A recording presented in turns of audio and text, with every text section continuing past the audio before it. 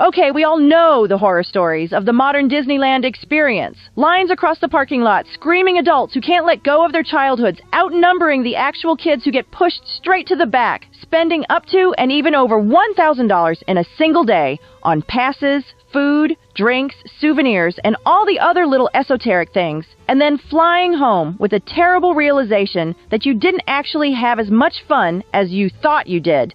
Not a universal situation, I'll admit, but if social media was anything to go by, a trip to Disneyland is the equivalent of selling your soul these days.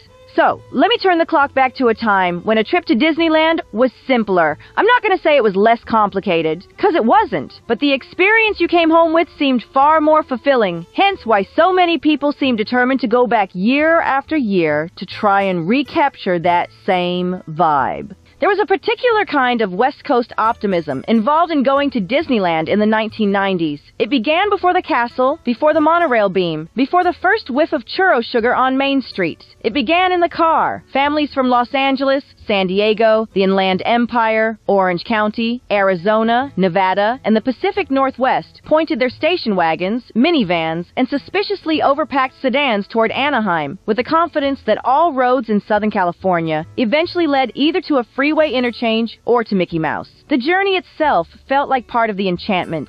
Children watched freeway signs as if they were clues in a treasure hunt. Parents negotiated traffic with the solemn intensity of military planners. And someone in the back seat usually asked whether they were there yet, with a frequency that suggested time itself had broken down. For many Western families, Disneyland was not merely a vacation destination. It was a ritual, a birthday pilgrimage, a long-promised reward at the end of the school year, or a Christmas season expedition conducted in shorts by people who still insisted it was winter. It was also one of those rare places that could serve equally well as a major family holiday or as a spontaneous day trip justified with the breezy Californian phrase, "We might as well." By the 1990s, the park was already decades old, but that was part of the charm. It felt lived in, storied, and familiar, like a beloved relative who somehow still knew how to throw a very good party and had no intention of slowing down, simply because younger relatives were now doing the screaming. Planning a visit in that decade was both simpler and, in its own charmingly analog way, slightly more mysterious than it is today. A family usually booked the trip by telephone, through a travel agent, by mail order package, or simply by deciding to go and buying tickets when they arrived. There was less optimization and more faith. One consulted brochures, guidebooks, folded maps, and the collective memory of neighbors who had gone last summer and still had strong opinions about where to eat lunch. There was no official mobile app glowing with wait times, no digital map trying to persuade anyone toward a mobile order window at 2:15 p.m., and no need to spend the evening before the trip studying screenshots like a graduate student preparing for qualifying exams. If someone wanted information, one either called, asked, guessed, or marched confidently in the wrong direction until corrected by a cast member. In 1990, an adult one-day pass cost $27.50, with parking at $5. By 1994, adult admission was $31 with $7 parking, and by 1997, it had climbed to $36. Those prices did not seem trivial at the time, but they still belonged to an era in which the financial commitment felt comprehensible rather than faintly ceremonial. Multi-day passes and annual passports existed too, which helped make Disneyland a recurring local habit as much as a once-in-a-lifetime holiday. Southern California families in particular could treat the park as something between an outing and an inheritance, a place to revisit, not only for grand occasions, but for ordinary weekends when the weather was clear and the mood demanded a small dose of fantasy. Because Disneyland in the 1990s was still a single-park destination, at least until Disney California Adventure opened in 2001, the shape of the trip was different. One did not divide a day between multiple gates or debate whether the hopper was worth it. One simply went to Disneyland. That fact gave the place a concentrated identity that many West Coast visitors still remember fondly. The whole experience revolved around one park, one central icon, one dense and carefully layered landscape of lands, rides, music, smells, and cues. There was less sense of managing a resort portfolio and more sense of entering one particularly famous world and agreeing to stay there until one's feet staged a mutiny. A family might stay at the Disneyland Hotel, which had been the official Disney hotel since the 1950s, and remained the signature on-property choice through the decade. But just as many stayed in the motels lining Harbor Boulevard and the surrounding Anaheim streets, where proximity often mattered more than glamour. There was an entire ecosystem of practical lodging around the park, a ring of sun-faded motels and family hotels that understood perfectly well that their true luxury was not Egyptian cotton sheets, but being close enough that exhausted children could be transported back to the room with minimal drama. The official Disneyland Hotel was part of the myth. The neighboring motels were part of the practical theology of California road travel. Together, they formed the outer ring of the Disneyland experience, where anticipation was unpacked alongside suitcases and where each morning began with the careful application of sunscreen and the vague but unshakable belief that this would be the day everything was written. The park one entered in the early and middle 1990s was in an intriguing state, old enough to have legends, young enough to keep adding new ones. It had the confidence of a classic institution and the occasional restlessness of a place still trying out new tricks. In 1990, Disneyland listed 58 attractions, exhibits, and arcades. By 1993, it listed 65. That same stretch saw Mickey's Toontown open in 1993, Roger Rabbit's Cartoon Spin open in 1994, Fantasmic debut in 1992, and Indiana Jones Adventure arrive in 1995.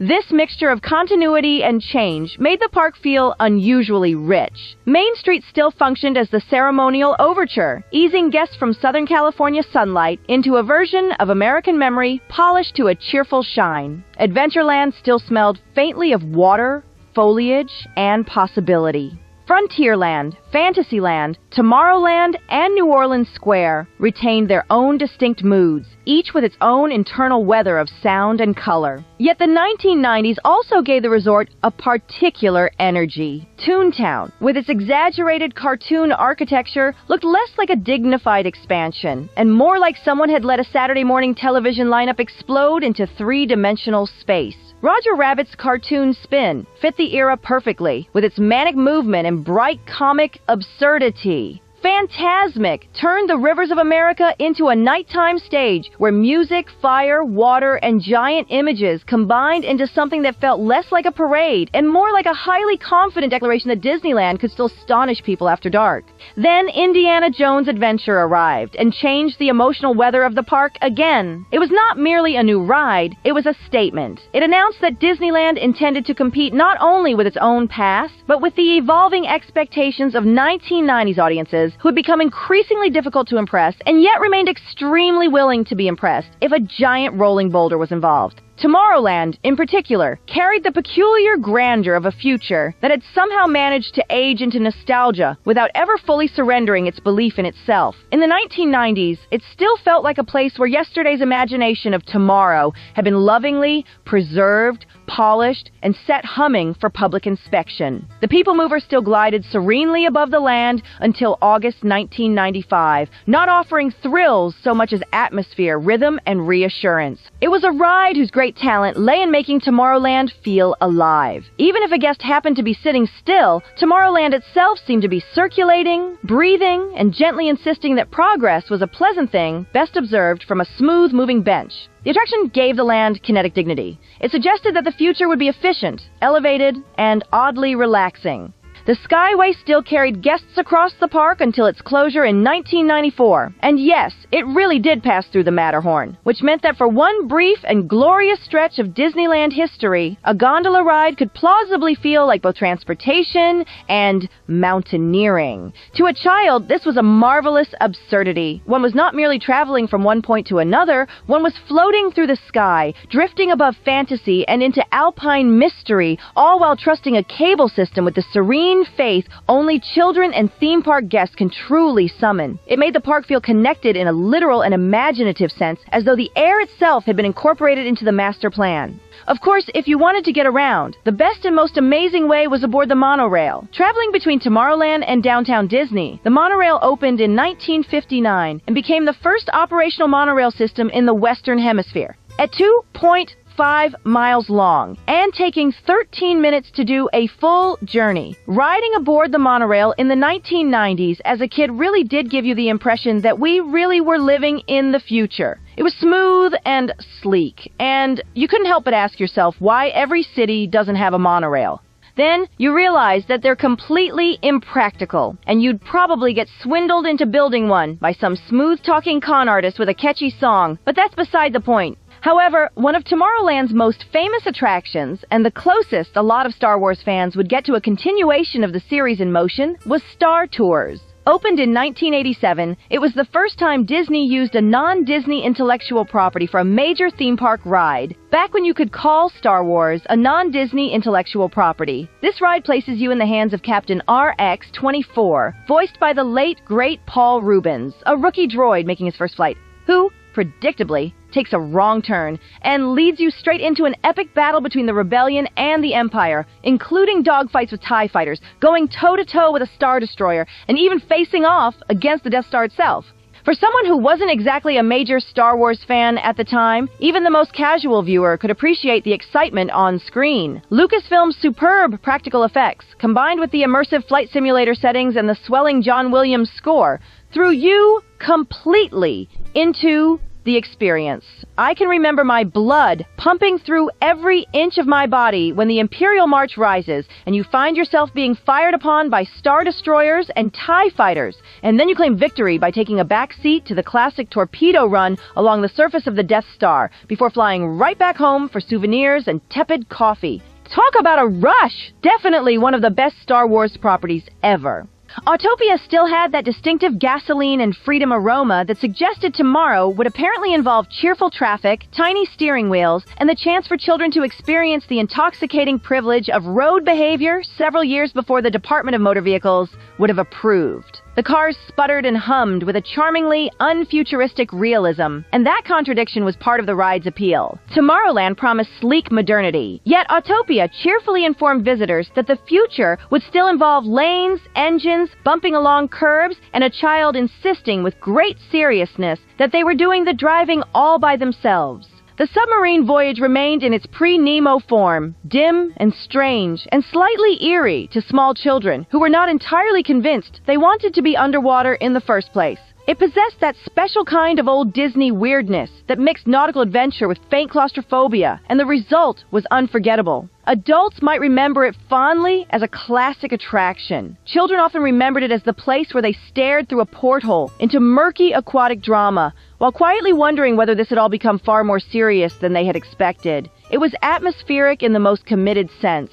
It did not merely imply a voyage. It asked guests to submit to one. Captain EO, meanwhile, contributed to the era's sense that Disneyland was perfectly willing to place Michael Jackson in space, surround him with cosmic choreography, and simply trust the public to keep up. There was no practical reason this should have made such complete sense within the larger logic of the park. And yet in the 1990s, it absolutely did. The attraction felt like a dispatch from a particularly extravagant branch of the future, one in which pop stardom, science fiction, and 3D effects had agreed to form a temporary republic. It was excessive, peculiar, and deeply of its time, which is exactly why it now seems so emblematic of the period. The rest of the park offered its own distinctly 1990s highlights, each carrying some mixture of tradition, novelty, and accumulated family mythology. Splash Mountain, still relatively new by Disneyland standards, had the aura of a major event attraction,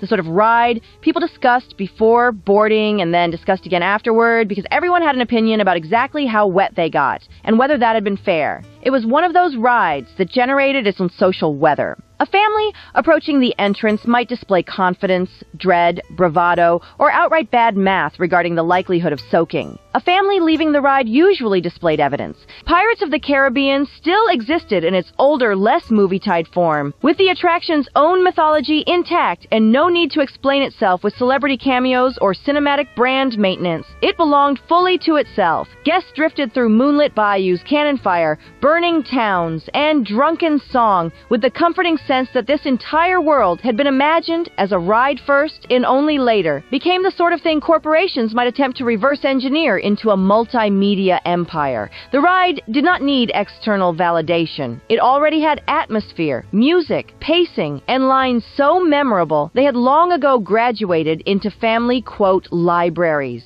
Haunted Mansion, before its later holiday season overlay became such a dominant part of its modern public identity, still possessed its old power to unsettle children just enough to make them proud of surviving it. That balance was one of the attraction's enduring miracles. It was spooky, but not so terrifying as to be unbearable. Funny, but not so silly as to lose its authority. It allowed a child to feel brave without feeling foolish.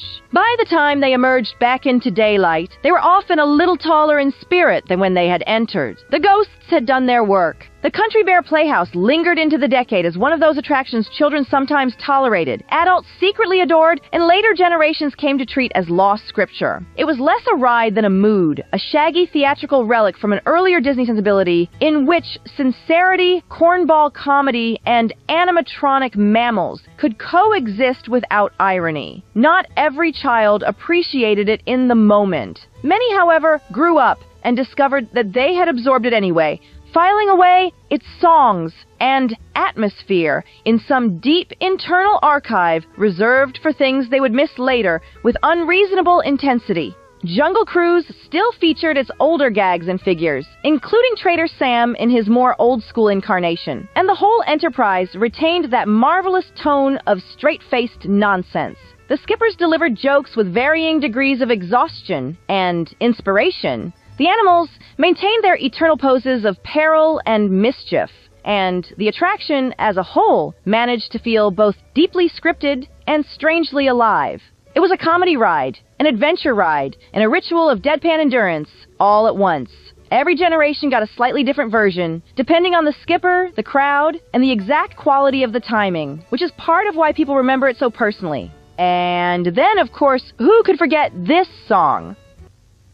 It's a small world after all. No, anything but that. Located in the Fantasyland section, It's a Small World was originally created for the 1964 World's Fair in New York and featured over 300 audio animatronic dolls representing children from around the globe singing a message of world peace and unity, with the original attraction being developed for UNICEF and sponsored by Pepsi.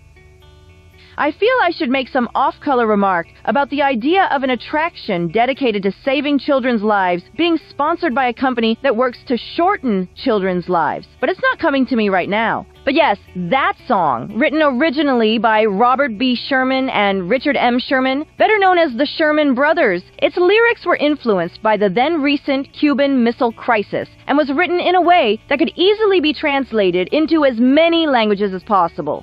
What the Sherman Brothers didn't realize was that they were making one of the biggest earworms of all time, and a song that has been parodied over and over again for its unbearable catchiness, and, let's be real here, somewhat saccharine words.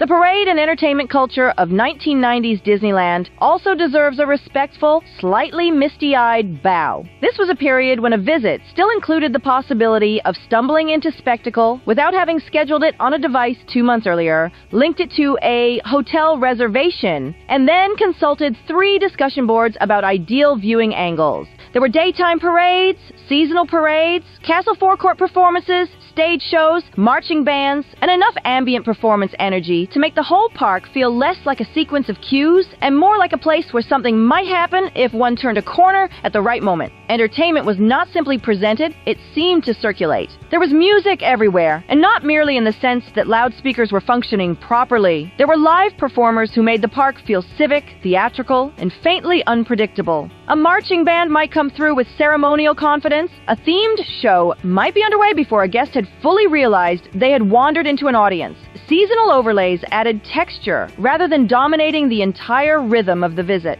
The result was a park that seemed comfortable with pageantry. It liked processions.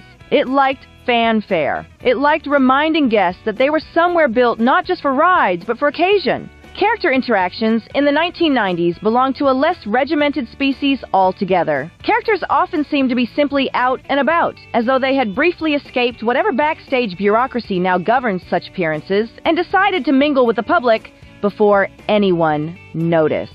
A child might encounter Eeyore, Brer Rabbit, Chip, Dale, or a miscellaneous denizen of animated television without first consulting a map, a push notification, or an availability calendar designed to reassure everyone that magic had been efficiently allocated. One simply saw them. That alone made the meeting feel more enchanted. Autograph books filled up in a more free-range manner. A family might not even know which characters they were likely to meet that day, which meant each encounter carried a small charge of surprise. The line between planned and accidental joy was blurrier then. Sometimes the result was untidy. Sometimes a cluster formed too quickly. Sometimes a moment felt oddly improvised. But the resulting memories were often stronger precisely because they had not been over-arranged. A child who unexpectedly met a favorite character on a walkway or near a land entrance often remembered that moment with a clarity no schedule can quite reproduce. The resulting encounters could be messy, random, and gloriously memorable. This lack of choreography certainly had drawbacks. It could be inefficient, uneven, and occasionally chaotic. Yet it also meant the park could surprise people in a way modern efficiency often struggles to replicate. In the 1990s, Disneyland still allowed for the possibility that delight might not arrive at the appointed time. It might simply round a corner, wave, and sign your book. Food in the Disneyland of the 90s occupies an especially interesting corner of memory because it is remembered in two apparently contradictory ways at once, as fairly simple and as deeply cherished. On paper, the menus were not especially adventurous. The resort had not yet entered the age of culinary self-consciousness, in which a theme park meal might arrive with a backstory, a seasonal garnish, and the distinct impression that someone hoped it would be photographed before it was eaten. In the 1990s, Disneyland food was generally more straightforward, less performative, and far less interested in proving that a day at the park could double as a dining symposium. Yet this very lack of fuss is part of why so many visitors remember it so warmly. The food was not trying to become the center of the trip. It existed as part of the day's rhythm, as fuel and comfort and punctuation between rides, parades, and arguments about whether anyone really wanted to go on Splash Mountain again while still damp from the first time. One ate what now feels like the classic canon of American theme park nourishment. There were corn dogs, burgers, fried chicken, clam chowder, popcorn, churros, ice cream bars, fries, soft drinks, and the sort of meals that did not aspire to artisanal greatness, but understood perfectly well how to satisfy a hungry family that had been walking since 9 in the morning. Plaza Inn and Blue Bayou were not merely restaurants. They were institutions, places with enough atmosphere to make a meal feel like part of the attraction lineup.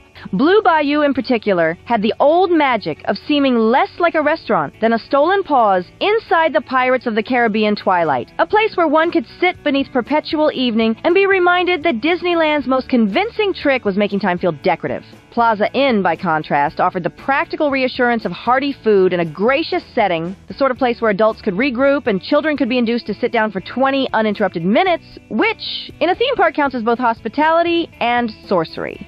Then there were places such as the Tahitian Terrace and the Golden Horseshoe, which hovered somewhere between restaurant, show space, and sentimental landmark, depending on the exact year in question and the age of the person remembering them. They had the special status of places that were not simply somewhere to eat, but somewhere to become tired in a scenic and emotionally satisfying way. Disneyland in the 1990s still had a talent for offering food in environments that felt tied to the lands around them rather than optimized according to modern traffic flow theory. A meal was sometimes a little slower, a little less systematized, and all the more memorable for it. Churros in particular became one of the edible emblems of the era. They were portable, inexpensive enough to feel casual, festive enough to feel like a treat, and structurally perfect for a child who had no intention of stopping for long. They did not require strategy, cutlery, or a reservation window. They required only a few dollars, a free hand, and a willingness to continue walking while covered in cinnamon sugar. That, in a way, made them the ideal 1990s Disneyland food. They belonged to the moving day rather than interrupting it. Popcorn served a similar purpose, though with more birds involved. Ice cream had its role too, especially in the afternoon heat, when melting became less a flaw than a deadline. Although modern Disneyland food is widely considered more varied, more ambitious, and in many cases objectively better by conventional culinary standards, many 1990s visitors remember the earlier era as less expensive and, in a strange but meaningful way, more spontaneous. One could decide one was hungry and then simply go solve the problem. The meal was often chosen by proximity, mood, or the persuasive power of aroma rather than by a reservation booked 60 days in advance.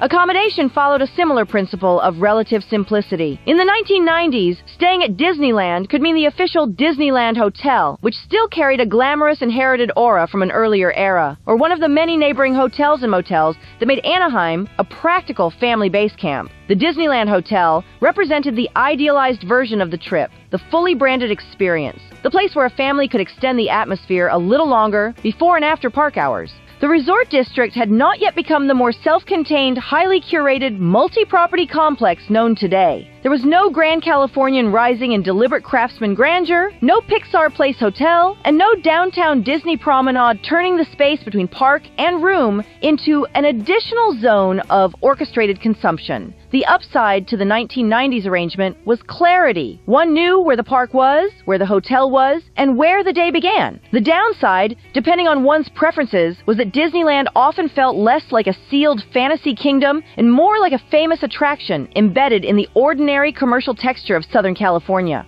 And then there was the simple matter of booking and moving through the day, which may be where the emotional difference between 1990s Disneyland and present-day Disneyland becomes most obvious. In the 1990s, one did not rope drop with a tactical briefing in mind or an influencer's optimization guide open in another tab. One simply arrived early because basic human reasoning suggested that fewer people were preferable to more people.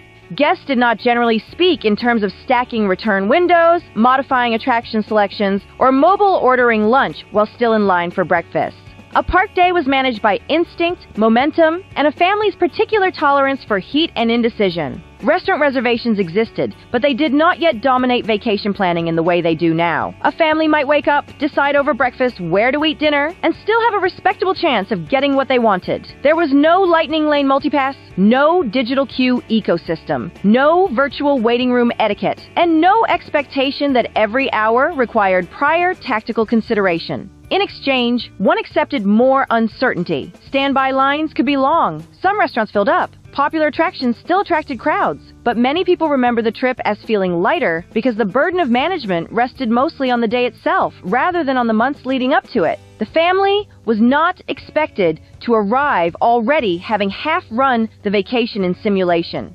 By contrast, a present-day Disneyland trip typically involves the official app, advanced ticket purchases, tied to park reservations, optional paid line skipping systems, mobile food ordering, attraction wait times updated in real time, digital maps, entertainment schedules, hotel packages, and a steady stream of notifications reminding guests that their leisure is being administered by an extremely competent machine. This system is, to be fair, undeniably more powerful. It can save time, reduce uncertainty, and help skilled users extract tremendous value from a crowded day. For many guests, especially first-timers trying to fit everything in, it is genuinely useful. Yet it also has a psychological cost. It is much less likely to let anyone forget they are operating within a system. The day may run more efficiently, but it is also more obviously structured, more procedural, and more demanding of attention. The comparison with today is therefore not a simple contest between better and worse, nor between a golden age and a fallen one. Modern Disneyland is in many ways more polished, more ambitious, and more complete as a resort. It now includes 2 parks, 3 Disney-owned hotels, downtown Disney, app-based trip planning, and a much broader range of food and premium experiences. The culinary offerings are more adventurous. The technology is more sophisticated. Entire lands, such as Star Wars, Galaxy's Edge, represent a scale of immersion and design ambition that 1990s Disneyland could not realistically have attempted. The present resort also offers more tools for guests who want to tailor a trip to specific goals, whether that means maximizing attractions, minimizing wait times, or treating food as a major component of the visit rather than an afterthought. And yet the 1990s version has retained its grip on memory for perfectly sound reasons. It occupied a rare middle ground between old Disneyland and modern Disneyland, between inherited classics and major expansion, between a simpler one-park visit and a resort already rich enough to feel like a major destination. It was analog enough to feel unprogrammed, but developed enough to feel substantial. It had enough infrastructure to be comfortable and enough looseness to feel alive. It still contained the odd details that become sacred in hindsight. The PeopleMover track overhead, the Skyway threading the Matterhorn, the old Submarine narration, the holiday parade reindeer with the gloriously dopey expression, a cast member who seemed to appear at exactly the right moment, and crowds full of people who were mostly looking around rather than down at a screen. Some of that is nostalgia, obviously, and nostalgia always edits with a generous hand. But nostalgia usually needs something solid to attach itself to. It does not form out of thin air. It gathers around smells, textures, habits, minor rituals, and the invisible architecture of how a day felt. In 1990s Disneyland, a family could still wander into a meal, wander out of it, and continue the day without feeling as though they were late for their own itinerary. That quality, more than any single ride or menu item, may be why the decade remains so beloved.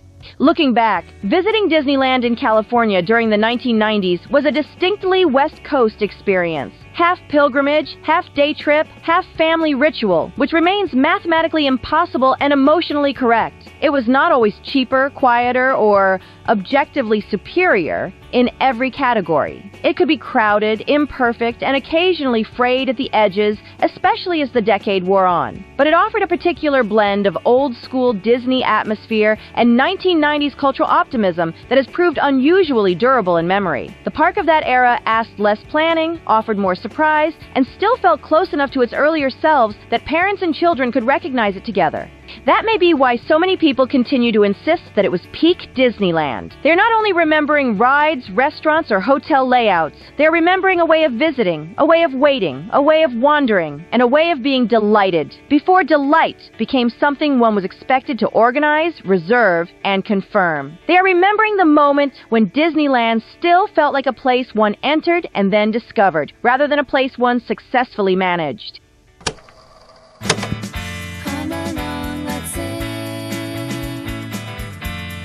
Joy will bring. Tune into the beat, feel the magic, it's true. Channel 199X, we're here just for you, for you.